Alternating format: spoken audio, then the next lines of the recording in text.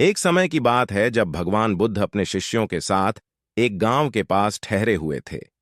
वहां एक नदी बह रही थी जिसमें बहुत से मगरमच्छ रहते थे। उस गांव के लोग अपने जानवरों और खुद के लिए पानी लेने से डरते थे।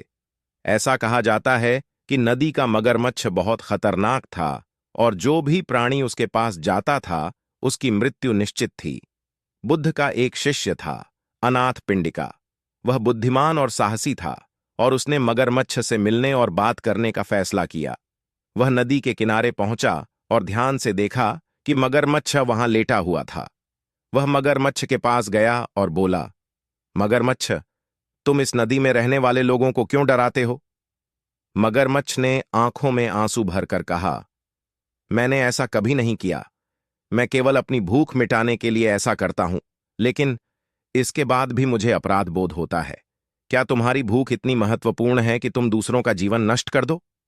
मगरमच्छ ने रोते हुए मुझसे कहा, मुझे खुद पर गुस्सा आ रहा है, लेकिन मैं अपनी आदतों को बदलने में असमर्थ हूं। अनाथ पिंडिका ने मगरमच्छ को बुद्ध के पास ले जाने का फैसला किया। उन्होंने उसे समझाया कि बुद्ध के पास जाने से उसके दुख का अंत हो सकता है। मगरमच्छ भी सहमत हो गया और अनाथ पिंडिका के साथ बुद्ध के पास गया। बुद्ध ने मगरमच्छ को देखा और मुस्कुराते हुए कहा, तुम्हारे आंसू बताते हैं कि तुम अपनी गलतियों को समझते हो, लेकिन याद रखो, सिर्फ आंसू बहाने से कुछ नहीं बदलता है। बदलाव के लिए आत्मसंयम और सच्ची समझ जरूरी है। बुद्ध ने मगरमच्छ को ध्यान और आत्मसंयम सिखाया। उन्होंने उसे समझाया कि प्रत्येक प्राणी का जीवन महत्वपूर्ण है और एक प्राणी की भूख दूसरे के जीवन से अधिक महत्वपूर्ण नहीं हो सकती। मगरमच्छ ने बुद्ध की शिक्षाओं को स्वीकार किया और धीरे धीरे उसने अपना पुराना व्यवहार छोड़ दिया।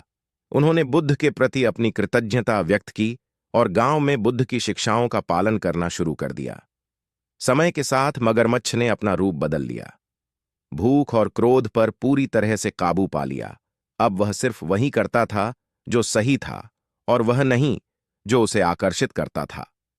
उसके आंसू अब सिर्फ शांति और संतोष के थे। उसने बुद्ध से कहा, अब मैं समझ गया हूं कि सच्चा सुख आत्मनियंत्रण में है और दयालुता में जानवर को शांत कर लिया है, और अब मैं एक सच्चे प्राणी के रूप में जी रहा हूं।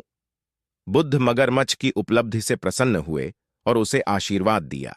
मगरमच्छ ने अपना शेष जीवन अन्य जीवों की मदद करने में बिताया। गांव के लोग इस परिवर्तन से इतने प्रभावित हुए कि उन्होंने मगरमच्छ के लिए एक मंदिर बनवाया जहां उसकी मूर्ति स्थापित की गई। लोग उस मूर्ति के पास बैठकर ध्यान लगाते और अपनी गलतियों का प्रायश्चित करते। मगरमच्छ के जीवन के माध्यम से बुद्ध के आंसू केवल दर्द और पश्चाताप का प्रतीक नहीं हैं, बल्कि वे आत्म साक्षात्कार और परिवर्तन की ओर पहला कदम भी हो सकते हैं।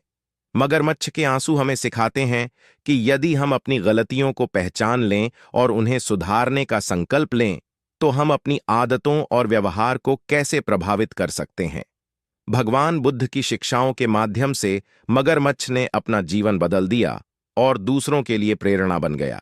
इसी तरह हमें भी अपनी गलतियों को पहचान कर और उनसे सीख लेकर अपने जीवन को बेहतर बनाने की आवश्यकता है।